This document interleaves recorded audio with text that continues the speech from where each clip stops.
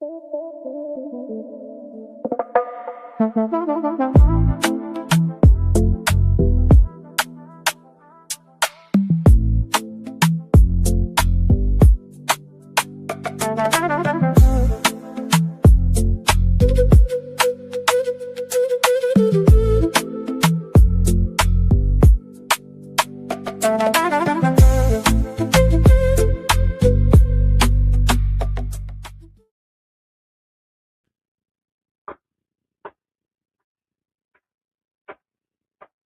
afternoon, everyone.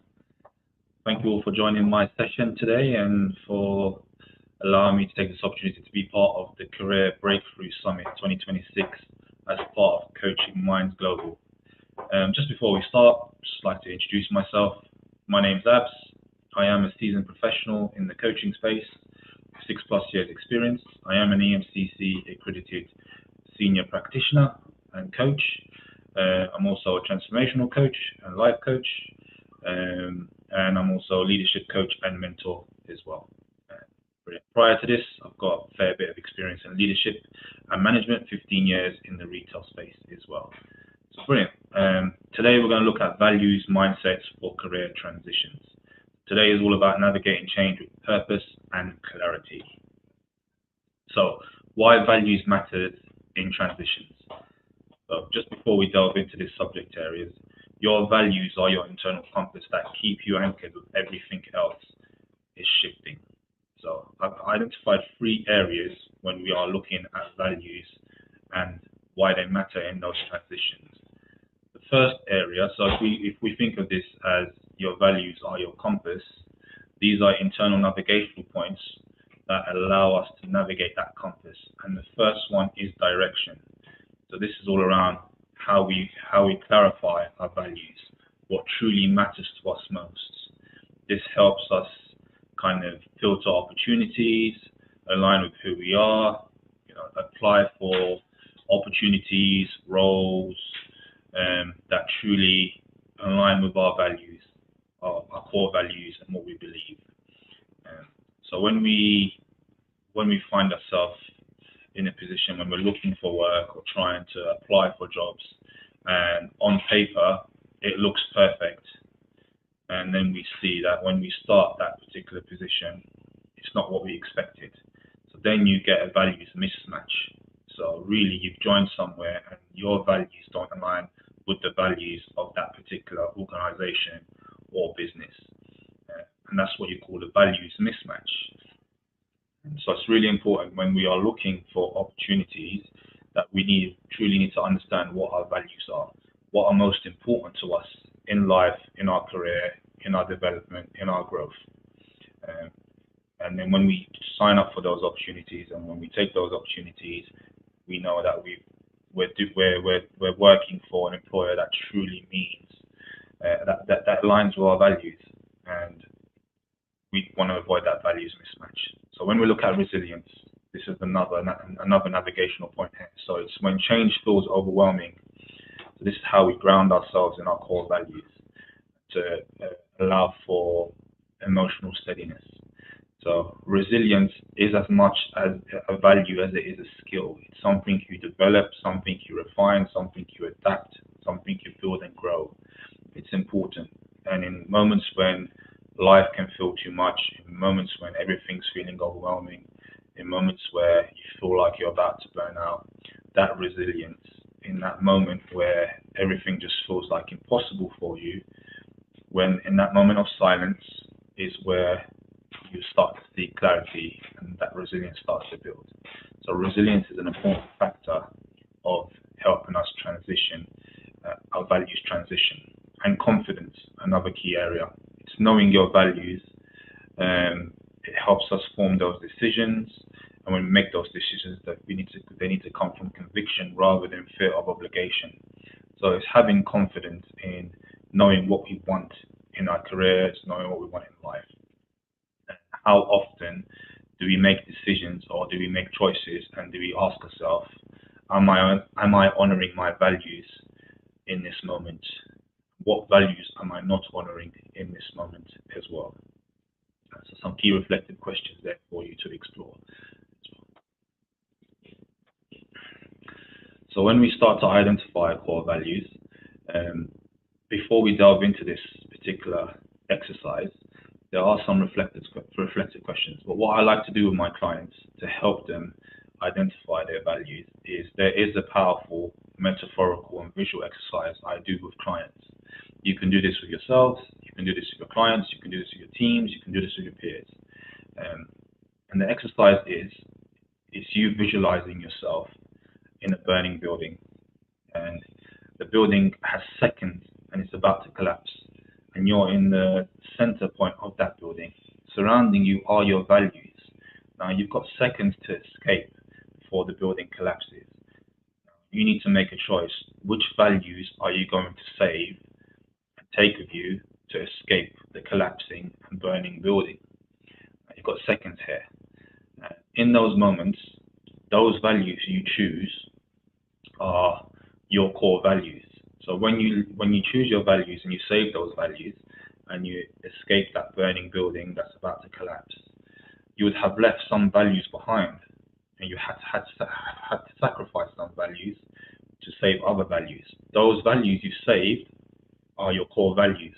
Those other values you've sacrificed are not necessarily values that show up consistently in your life, in your work, in your career, as part of your development. So now it's reflecting the values I've just saved. Why have I saved those particular values, and how can I then use those values to rebuild the values I've then had to sacrifice in that burning building? So it's a nice little exercise you can do to help you identify or elicit your values in relation to understanding what your core values are. Now, there is a reflection exercise which you can see on the screen, which you can also do. So these are just some questions you can do. It takes about 10 to 15 minutes. Give yourself a few moments just to kind of explore the questions. So the first one is, what activities make you lose track of time? So make a note of all the activities that you feel make you lose track of time. These may be activities that are not so much a priority for you, but you're still engaging with these activities and they're taking too much of your energy when your energy could be utilized elsewhere. So this particular time might not align with your energy and your values. When have you felt most proud of your work? So again, give yourself a few moments and make a list of all the moments in your career or in your life where you felt most proud of your work. These could be milestones, these could be successes, these could be small wins, these could be big wins. And it's making a list of them. You can list them from the top to the bottom, from the kind of most proud to least proud. At least it gives you an idea of the moments you felt most proud in your work as well. What would you do if money were no object? So again, now then we can start to kind of explore intrinsic versus extrinsic motivators. You know, a lot of people are motivated by money, but are you motivated by money, or are you motivated by what truly means, what truly is important to you? So again, if money wasn't a question, what would you do? How would you feel about going for that opportunity if it wasn't the salary you expected, but the values align with your core values and it's the right job for you, but the pay packet might not be there? So again, it's do I work for an employer that aligns with my values, but the pay isn't what I want it to be? Or do I work for someone who's offering a high level salary, but this employer does not align with my values? And it's having to make those choices, which are quite hard and challenging. But again, remember that it's important to align your choices with your values. You know, it's meaningful, it's long term, it's sustainable. And last question is, which past role felt most meaningful and why? Look at all the jobs you've maybe experienced in life or jobs you've taken part in, and which one felt most meaningful to you and why. And then you can start to list those particular jobs and you can understand why this particular job felt meaningful to you. What was it about that particular job that you enjoyed? Why was it meaningful? On the right hand side, you've got common career values. Now, these may not be values you set yourself or values that identify with you, but these are common career values that come up for individuals when looking into career transitions and when trying to transition from one role to the other. First one is autonomy. This is freedom to direct your own work. Now, autonomy is an important thing when you are working for a business or organization. They need to provide you, hi Lorena, hi Adele, they need to provide you with freedom to be able to manage your own time, to be able to prioritize your own time, to be able to manage your schedule, to be able to organize your clients, organize your work, make decisions, make choices. So it's very important. You don't want to be in a culture where you're consistently micromanaged, and that will have a negative impact on you. But if an organization gives you the autonomy you need, they're giving you that respect, that trust, that integrity. So it's so important. Impact. It's you making a tangible difference. Do you feel that right now in your current roles, positions, careers, you're able to make an impact on in terms of yourself, on your growth and development, and an impact on the people you work with, the clients you may serve, the leaders you may work for, etc., and managers. So impact is so crucial when we look at career values. Growth, continuous learning and challenge. Growth is ongoing. Learning is ongoing. So and knowledge is ongoing. So how are you engaging with growth? Is your employer giving you opportunities to develop internally? Is the organization you work for providing you with those spaces to be able to grow and develop, try new things, take on new projects, take you out of your comfort zone, see what works, what doesn't work? Security, stability, and predictability. It's important when you sign up for an organization, or you start a new job, or as part of your jobs right now, do you feel stable in your career? Do you feel that you're safe in your job roles? Is this where you see yourself long term? Creativity. This is you being able to express ideas and innovation. Do you have that autonomy to be able to put forward creative decisions, things you feel that can truly impact the work, the structure, frameworks, tools, approaches, people. So it's important to be able to allow for that creative mindset and connection, meaningful relationships. When you join an organization or when you work for a business, it's important to be part of that culture where you can connect, you can collaborate, you can work as a team. It should feel like a second family in a sense, and that's so crucial as well. So these are the common career values. Look into these and see if they align with your values as well. But like I said, these may not be common career values for everyone, but these are common career values that show up for most individuals when transitioning from one job to the other or transitioning careers. Now, you may have heard of a growth versus fixed mindset, and this is so crucial in our day and age now. And you may come across individuals who are very fixed, who come across with a fixed mindset. And individuals with a fixed mindset it's not necessarily saying that individual is doing something wrong, or we're not here to judge, we're not here to make assumptions of individuals. That's not what our role is in life. But maybe when that individual is modeling a fixed mindset, they feel secure and safe. They're afraid of taking risks. They're afraid of what those challenges and opportunities may bring. So there's a bit of fear of failure, or even fear of success in some instances. So an example is of a fixed mindset: I'm not qualified for that. So this individual, as an example, avoids challenges and risks. They see failure as a dead end. If I fail, there's no moving forward for me. That's it. I'm not good at this. I'm not enough. I can't do this again. They feel threatened by other success as well. They see successful people around them and they feel threatened. Why can't I be like that individual? What's stopping me from getting there? And they stick with what's familiar. People with a fixed mindset are very much on that narrow path.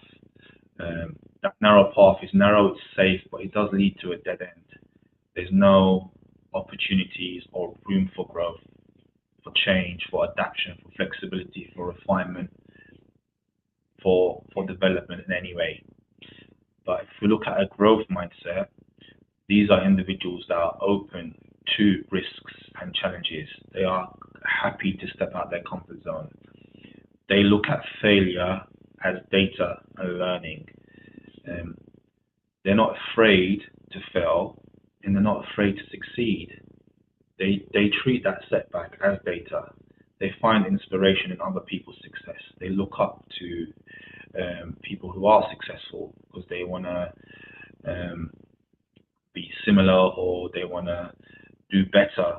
And they see this comfort as a signal of growth, and they feel that it's okay to make errors in life. It's okay to make mistakes. It's all a learning opportunity for us. So if you feel yourself adopting a fixed mindset, ask yourself, is this path the path I truly want to be on? Because this path leads to a dead end. Yes, it's safe, but there's no room for growth. There's no room for opportunity. Well, when you look at a growth mindset, there's going to be several paths, and it's going to lead to different routes, to different opportunities, to different obstacles to overcome, different challenges, um, different perspectives. So it opens up a whole landscape for you to explore and see what route you want to take.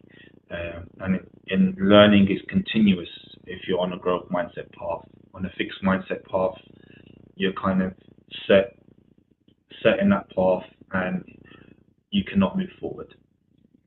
So ask yourself, am I someone who's cultivating a growth mindset, or am I someone who's cultivating a fixed mindset?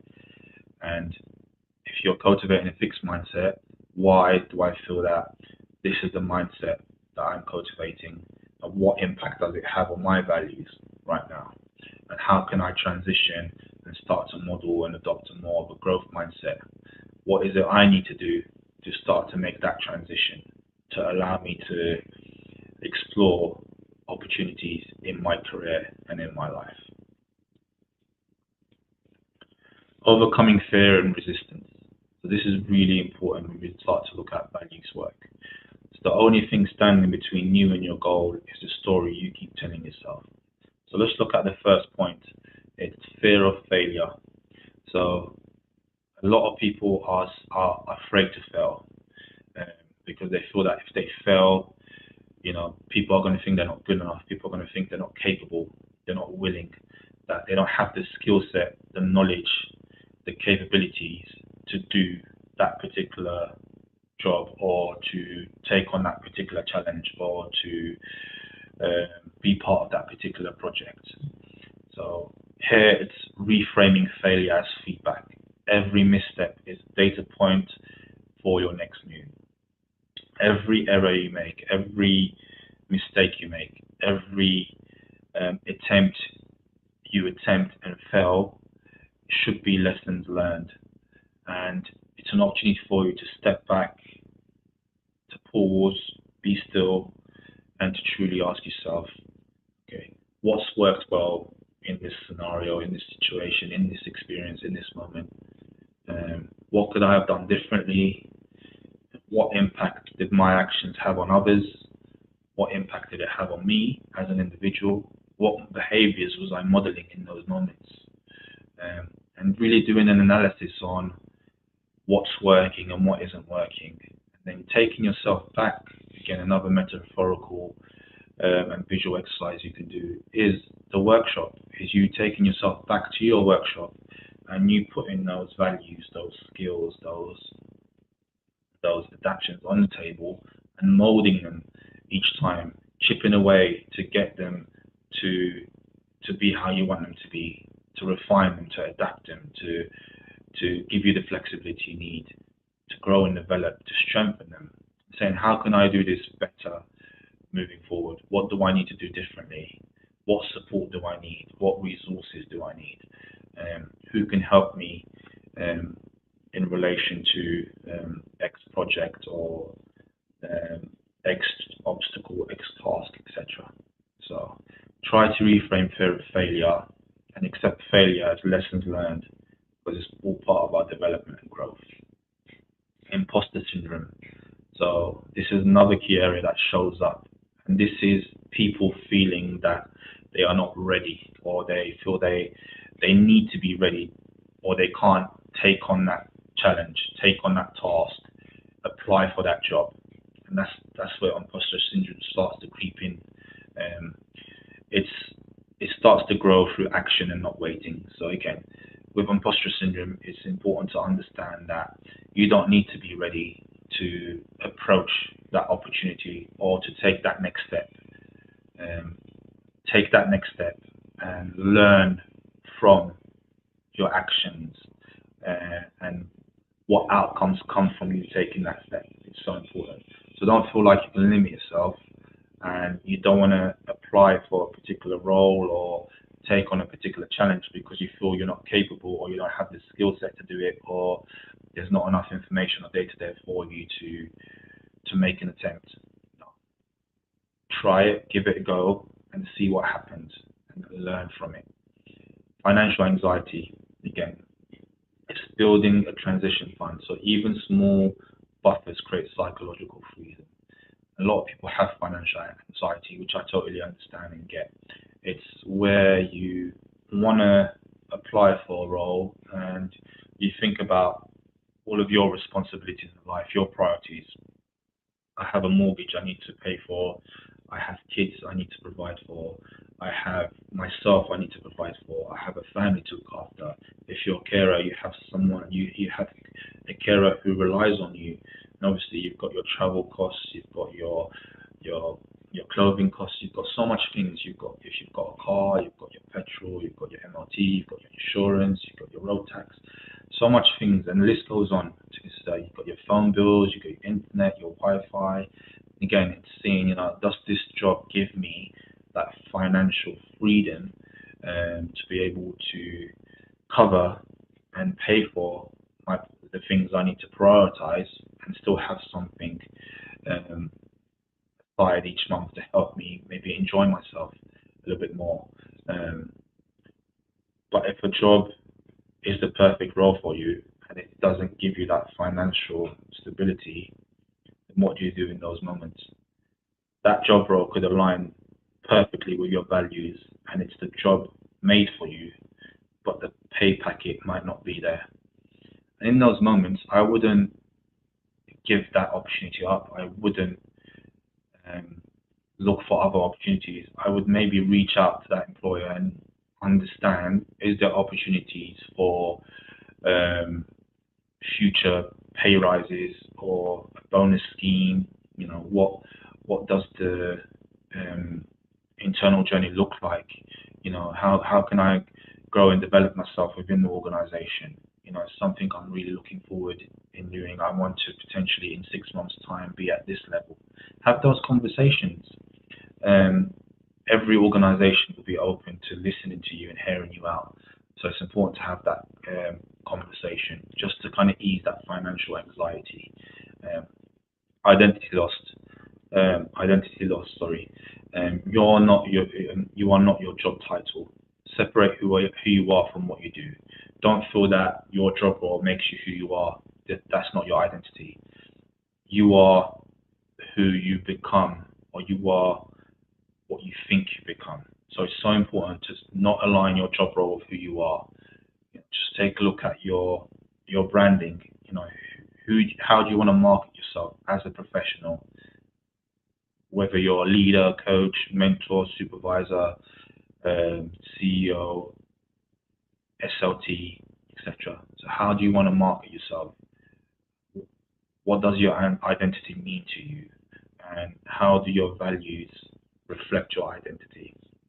So it's important not to lose track of that identity and who you truly are. Remember, it's so important to always remain authentic in everything you do. Be true to yourself and to your values. And everything you do in life, it's important to make sure that you're doing it for the right reasons for you. And don't feel like you need to do something because you are forced into doing something because you have no choice. We all have choices, but every choice we make have consequences. So it's making sure, am I making the right choices, and are the consequences suitable for that particular choice I'm making? What options are available to me right now, and what is it I need to do to allow me to take that next step? Aligning your values with your career choices. This is so important. So how often do we think about our values? Now I can name my values top of my head because my values drive what I do. They model me as an individual and as a person.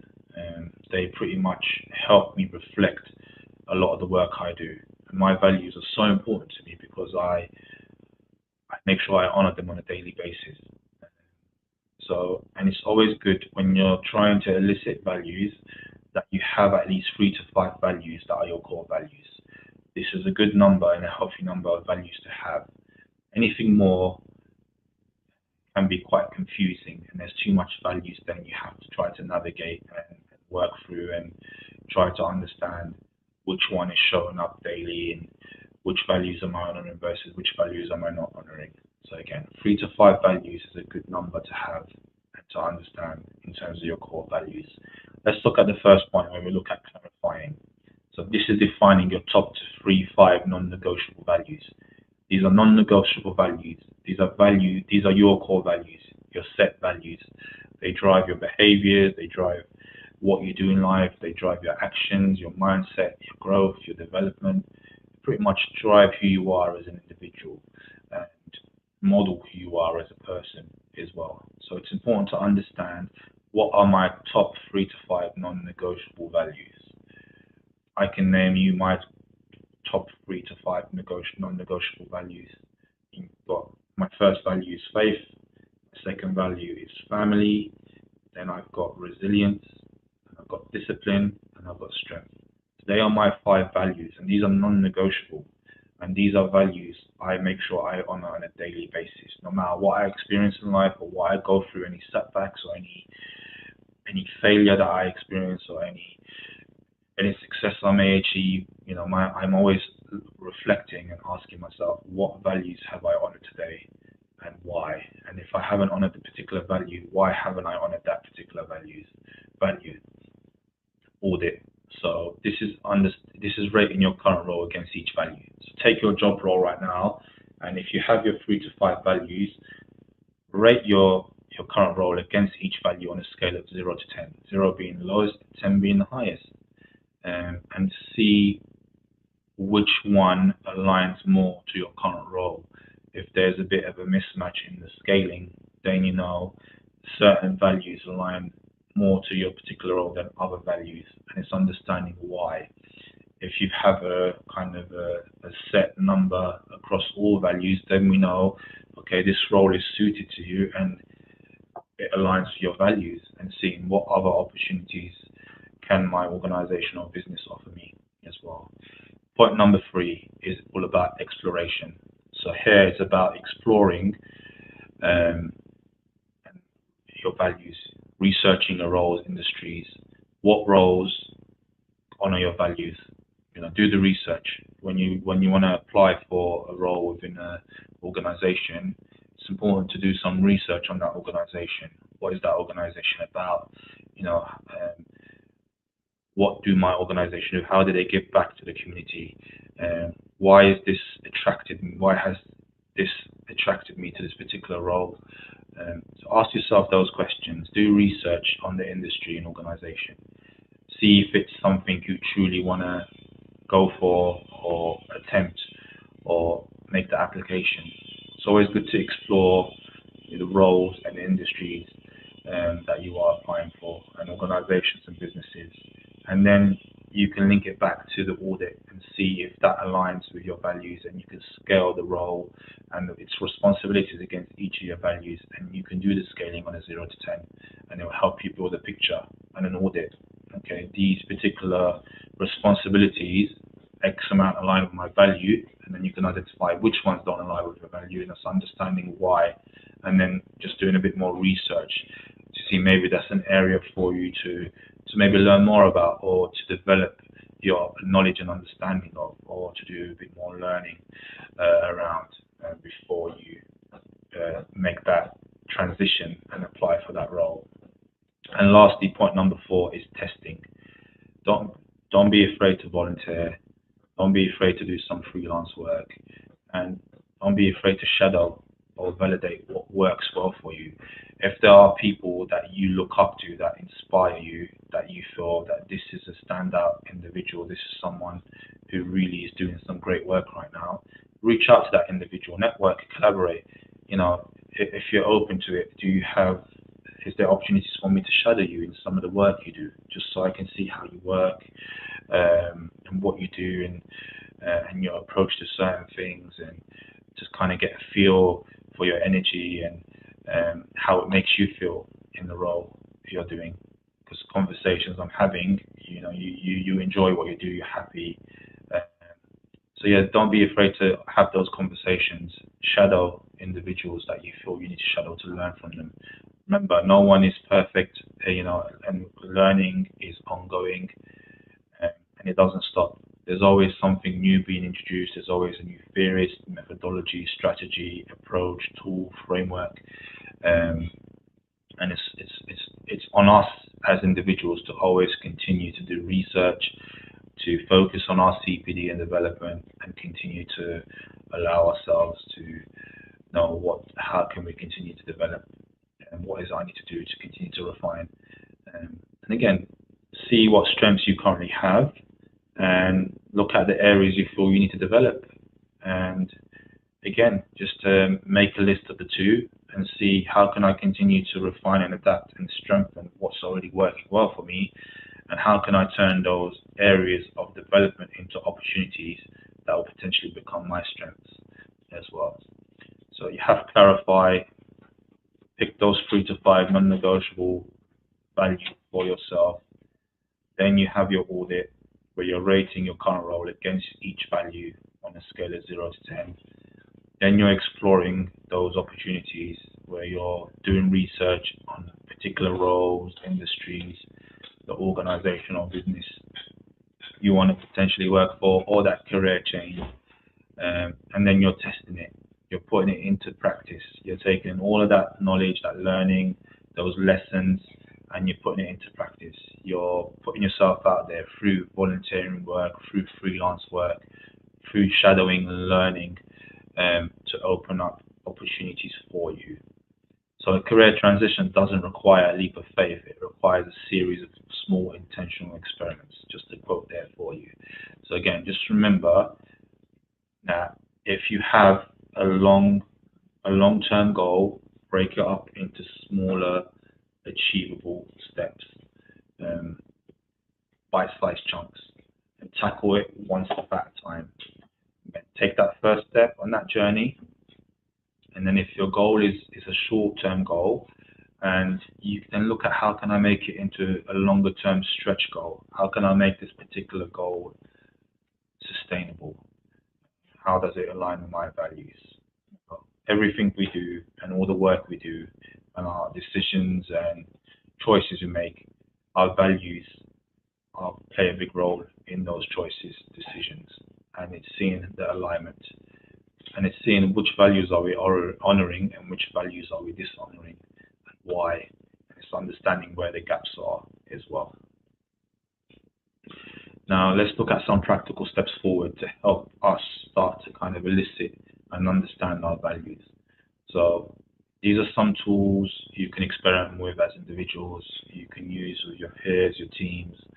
And the first one is starting a values journal. So you're spending 10 minutes each week and you're reflecting on what's energized you, what's drained you in your job role, in life. To take that time, 10 minutes each week is all we're asking for. Again, give yourself time, pause, reflect, and see what is draining me, what has drained me this week, and what's energized me this week, and see which one has more points against. Is your week draining you more than it is energizing you, and then it's making that um, coming to that conclusion and understanding why. Uh, Build your network, connect with people in fields you're curious about, ask about their day-to-day reality. If you're really interested in wanting to step into a mentoring space, if you want to transition from a coach into a mentor, go out and build your mentoring network. Collaborate with individuals. LinkedIn is a great platform for that. You've got other platforms out there. You've got coaching schools and communities like Coaching Minds. You've got the EMCC networks, which are brilliant. You've got the ICF networks and the AC networks, which are brilliant as well. So there's loads of opportunities for us to collaborate and kind of build our network. Don't be afraid to network with individuals. It's important. Invest in your skills. Identify one transferable skills gap, and start closing it. So this could be courses, could be mentorship, this could be projects. So see where your skills gaps are and invest in those particular gap areas to help you develop in those particular areas. If you lack a particular skill or you feel it's not where you want it to be, it's okay. Give yourself the time to go and invest in that particular skill. How can I refine? How can I adapt? How can I develop in that particular area? Design small experiments. This is where you start to kind of become a freelancer, you volunteer, you take on stretch projects before committing fully. So again, take part in small experiments, take part in initiatives, put yourself out there just to give yourself an opportunity to kind of understand, okay, is this for me or this isn't for me as well. So it's good to kind of experiment in life, see what's going to work and what isn't going to work for you. Set a timeline, give yourself a realistic window. Open-ended exploration leads to inaction. So again, allow yourself to set a timeline. Make sure everything you do is realistic, is achievable, is within a particular time scale, and it's meaningful and it aligns with your values, whether it's a small-term action versus a long-term action. Yeah. And find an accountability partner. Share your goals with someone who will check in and challenge you. Coaches are really powerful for this particular area in your career as well. So if you know someone who's a coach, reach out to that individual and see if they can support you and be that accountability partner for you, where they can be that individual who will guide you, who will enable you, who will be a reflective sounding board, your thinking partner, your accountability partner. They'll hold the mirror up to you at times and stretch and challenge you in a way that's gentle and subtle, and provide you with a space that's non-judgmental, non-directive, and give you that psychological safety you need to explore your goals, actions, and next steps. So here's some great practical steps you can start to apply in your career transitions moving forwards. Again, I'm just going to recap them. So you've got starting a values journal. Again, whether you journal already, you can maybe add a separate section to your journal where it solely focuses on your values. Build your network, collaborate. Don't be afraid to network. Continue to grow your network. LinkedIn is an opportunity. I would love you to connect with me after this. My QR code is on the top of the screen to the left. If you scan it on your phone, you can connect with me via LinkedIn. I offer loads of opportunities where free frameworks. I'm part of a EMCC UK community that I lead, and I offer loads of free tools, guidance, insights as well. I love to give back to the community, so feel free to connect, and it'll be lovely to kind of learn more about all of you as well. Invest in your skills. Again, every day I take myself to my workshop, and on my workshop desk, I refine, I adapt, I mold my skills to continue to show up, to continue to develop, to continue to strengthen what I already do. It's important. Design small experiments. Don't be afraid to take and be part of small initiatives. Don't be afraid to volunteer. Don't be afraid to step out your comfort zone. Try things. You can only know what's going to work if you try it or put it into practice. Set a timeline. Make sure it's smart. in line with those principles as well. Don't overdo it, but don't overcommit at the same time. Make sure that the actions you set yourself is something that you know you can achieve. And then accountability partner. Work with a coach, work with a mentor, work with a supervisor to help you be accountable for your actions, for your choices that you're making. And to close today, we're slightly ahead of time, but it's looking at our next chapter, and that starts with our values. So know your values. Why are they important to you? Why are my values meaningful? How do my values drive my behavior as a human, as a professional? It could be anything. As a father, as a manager, as a son.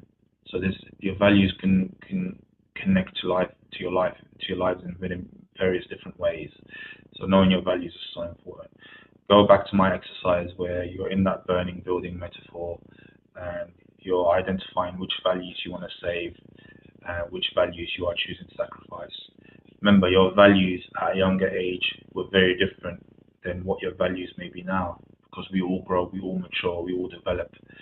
My values from when I was a youngster, a young teenager, were very different to what my values are now, because I saw life in a different light. Now my values are more focused on what drives me and my behaviors and how I show up every day for my family, in my role, for the people that rely on me, for my clients, for the leaders I work for, etc. Embrace the discomfort. Step out of your comfort zone. Be comfortable being uncomfortable is so important. Don't be afraid to take that step. Don't be afraid to take that leap of faith. It's important. You don't need to be ready to take that step. Sit back, pause, think, I'm going to give it a go. And if it doesn't work out, it's okay. I can learn from this experience and it will give me an opportunity to understand what was the positives and what I need to develop and do differently next time round. And lastly, start small and start now. Identify one small step after today that you can take and you can put into practice that you can start to take that step. If you don't start now, you won't know what the outcome is going to be. And remember, if you feel that you're someone who's in a fixed mindset in relation to where you are right now in your career and not knowing how your values currently align, it's because you see that path is very narrow, safe, and it leads to a dead end. Be open to transitioning into that growth mindset. Be open to exploring different paths that lead to different opportunities, to different landscapes, to different challenges, different risks. It's okay. It's how we learn as individuals. I want to thank everyone for taking time to listen to me today. I know we are slightly ahead of schedule, but if you have any questions, please feel free to reach out. Use my QR code on the screen to connect with me. I would love to get to know you all. And I want to thank you all for listening to me today.